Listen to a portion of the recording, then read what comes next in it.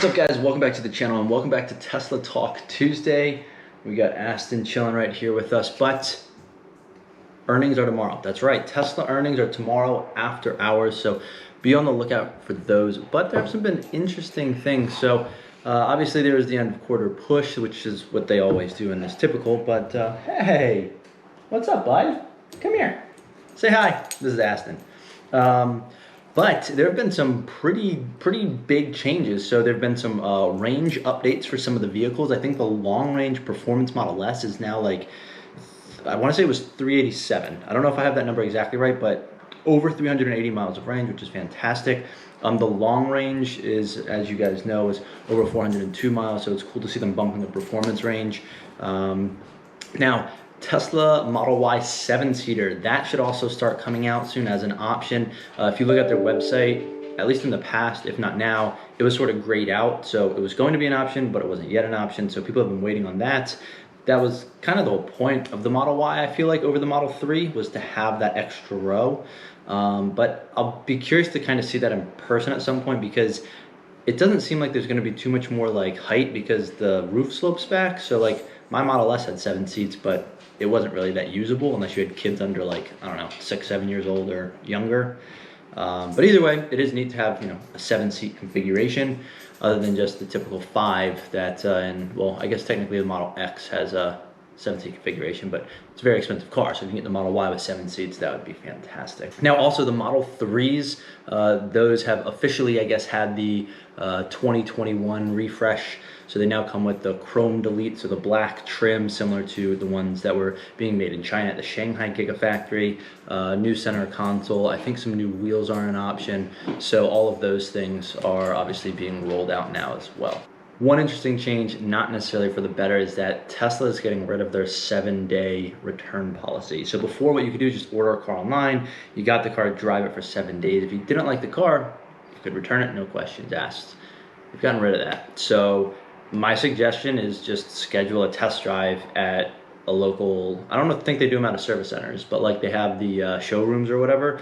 And I think right now, because of COVID and all the touchless stuff, you can just call the showroom up when you get there. The cars are usually in like a garage. Like, for example, there's a showroom at a mall near me. So the cars, they just sit in the garage, and because, well, it's a Tesla, they can just unlock it remotely, and then you can drive it without even needing to get a key from them or anything. So you don't even need interaction to get in the car and go test drive it.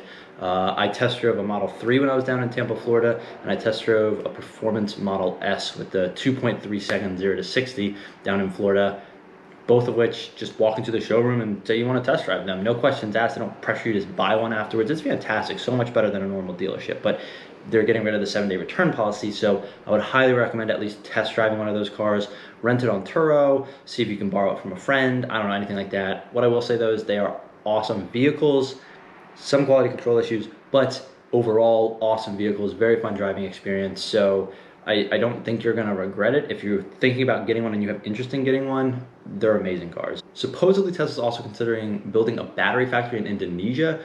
Will this have the brand new batteries? I don't know, because clearly I think they're still working some kinks out and probably going to ramp that up in the Austin factory that they're building right now before they go anywhere else. So it could be for the current form of like batteries, that newer-ish batteries that they were using, like the Model 3s and Ys.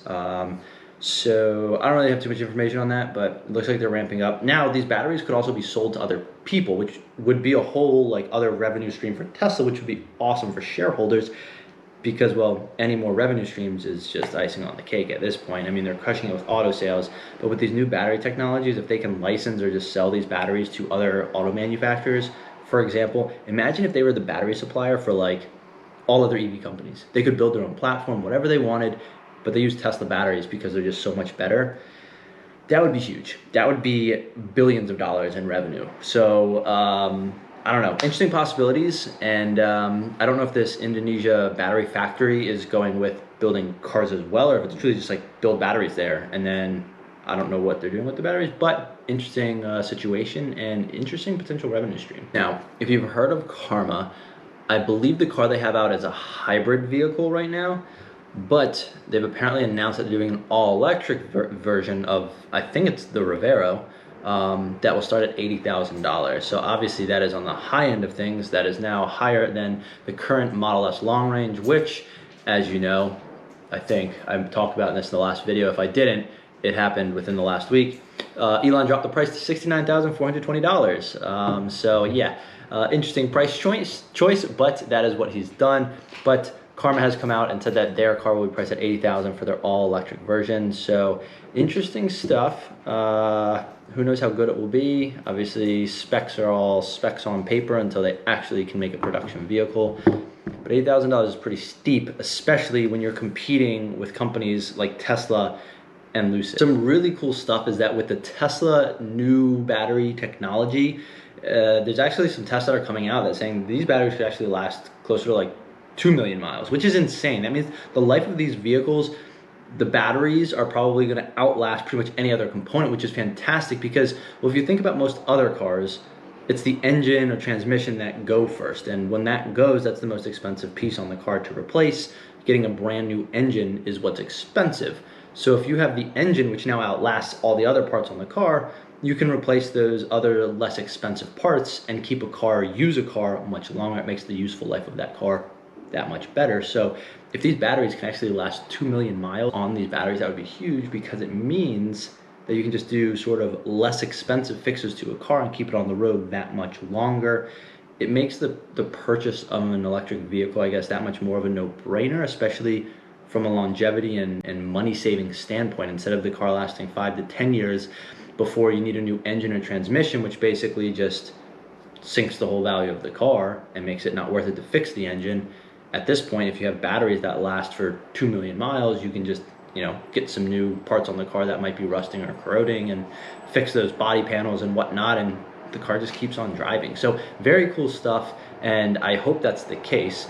But either way, Tesla's battery day was pretty awesome, and some pretty awesome technology that they came out with. Sorry, there's trucks going by, and I know it's so annoying. Gosh, get out of here. Now, there's some interesting pictures of, I believe it's a Model 3 that has like the bumper like fell off, and I guess Tesla has admitted that there was a design flaw where if you go through certain depths of water, the bumper comes like dislodged or comes off. So this is the official statement from Tesla regarding this like bumper issue. I guess they've fixed it, but this is what they said. In rare instances, certain components on Model 3 vehicles built at the Fremont factory before May 21st, 2019. So kind of like a specific earlier cars from the Fremont factory might be damaged when driving through standing water on a road or highway with poor drainage or pooling water. In these rare instances, the rear fascia might detach from the vehicle and harnesses and/or body fasteners / mount might also be damaged. This document clarifies that damages caused during these instances is covered under warranty. So I guess that's good to know. They're taking ownership of it. They're saying it's covered under warranty. But it seems like a weird design flaw, like driving through big puddles. I guess it's just like when the water hits it, the pressure it puts pointing down, it just pops whatever is holding it on off. So I guess not good, but it is nice to see that they're actually covering this under warranty. Now, in the past, GM released that they were going to be making an all-electric Hummer. However, I guess there were leaked images of an electric truck version of that Hummer, saying it's a GMC EV super truck that they're going to come out with. So that event is actually tonight at 8 p.m. I hope to have this vlog up by then, but if I don't, either way, it was October 20th at 8 p.m. So if you haven't seen it or haven't checked it out, or if it's before the event and you're watching this, I don't know, check it out. It might be pretty cool. So I'll be curious to see what the specs are on this. Obviously, it's to compete with the Tesla Cybertruck, the Nikola Badger that was announced but never actually built because Nikola's, let's not even talk about them. I already hate them as a company because of all the scamming and misleading that they've done for people. But also Rivian. Rivian also has awesome products. They're doing their SUV and truck. So those are the, I guess, biggest competitors, the Cybertruck and the R1T. So the GMC Hummer Truck should be pretty neat, should be interesting, and I am interested to see it. I'll be curious to see what sort of the dimensions are compared to the Tesla Cybertruck and the Rivian truck. Also what the specs are like. You know, what's the 0 to 60 time, what's the towing capacity, all that jazz. So it is neat to see all these competitors coming out and all these larger auto companies feeling that they are obligated to start making these products to compete with Tesla and other companies like Rivian, startups that are doing this as well. So the more that come to market, the better the competition, the better all these products will be, and hopefully the lower prices will be, because as we saw when Lucid announced that their cheapest sedan would be 77, like 499, Elon came out and said, our Model S is going to drop to $69,420. So it is cool to see this stuff happening, especially with Elon Musk in the space, because he keeps everybody on their toes and is a very interesting character. But he has definitely revolutionized and really pushed this whole EV movement forward.